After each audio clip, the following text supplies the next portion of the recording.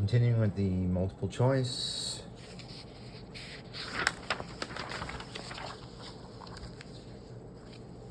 On to number 15. Center of mass, conservation of momentum.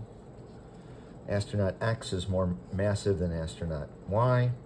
When astronaut Y pulls on the cable, what is true of the center of mass of the system? So even if X is more massive and Y is less, first of all, it doesn't matter who's pulling. They're both going to feel the same.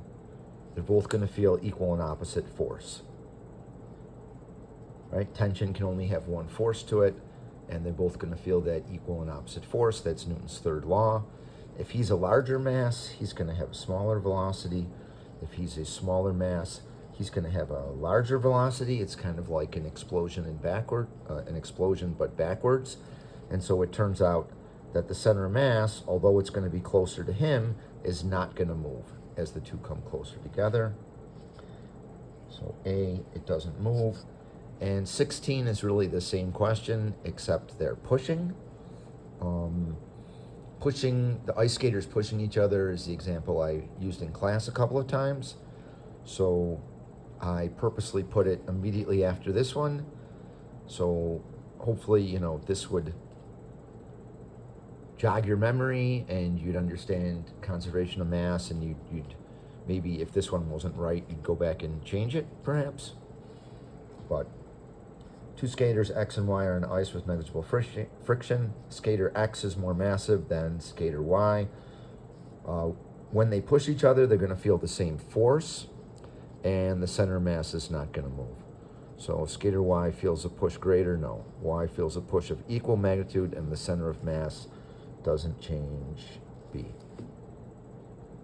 For all the same reasons as this one. This next problem, I think we had it on I don't know if we had it on an AP Classroom or not. I think we did, and then I modified it for a test, and then I changed it again for the midterm. This time it's asking, what is the force of friction acting on the top block from the bottom? So I want the force of friction acting on the top block from the bottom.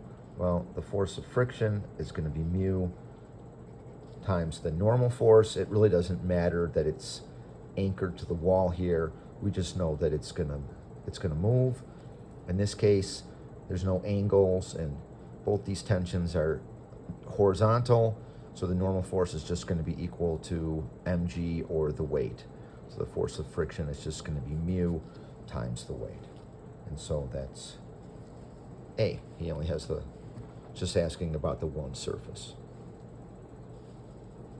In 17, planet has a radius that's 1/2 that of Earth and a mass that's 1/5 of Earth's mass. The gravitational acceleration at the surface of the planet is most nearly which of those numbers? So on Earth we have 9.8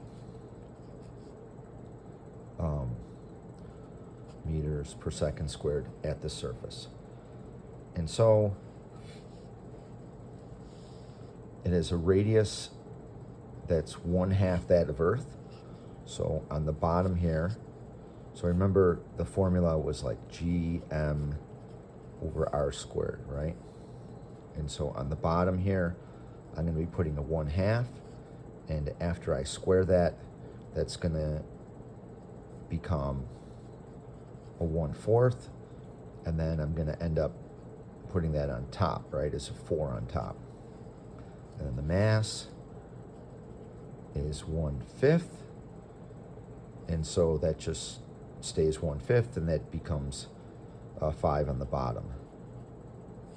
And so I get 9.8 times 4 divided by 5, and that comes out to be 7.8, something like that. 9.8 times 4 divided by 5 equals 7.84.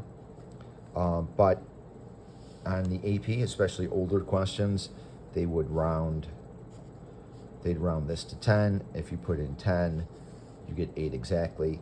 But even if you don't, it's the closest choice out of the 4.